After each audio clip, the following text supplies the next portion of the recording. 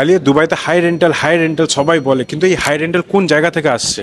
দুবাইতে দুই টাইপের প্রপার্টি ক্যাটাগরি আছে রেন্টাল ইনকামের জন্য। First is short term rental, downtown, Sheikh Zayed Road, এসব টুরিস্ট অ্যাট্রাকশনের নিয়ার বাই আপনি নিতে পারবেন। আরেকটা হচ্ছে লং টার্ম রেন্টাল, যেটা আপনার কমিউনিটিজে ফোকাস করা দরকার, যেখানে আপনি ইয়ারলি বেসিসে রেন্টাল করতে পারবেন।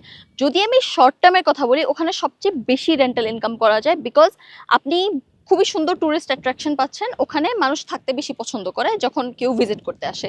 তো ওইটার জন্য মেইন ক্যাটাগরি যেখানে আপনি বেশি কামাতে পারবেন ওটা হচ্ছে সি ফ্রন্ট প্রপার্টি।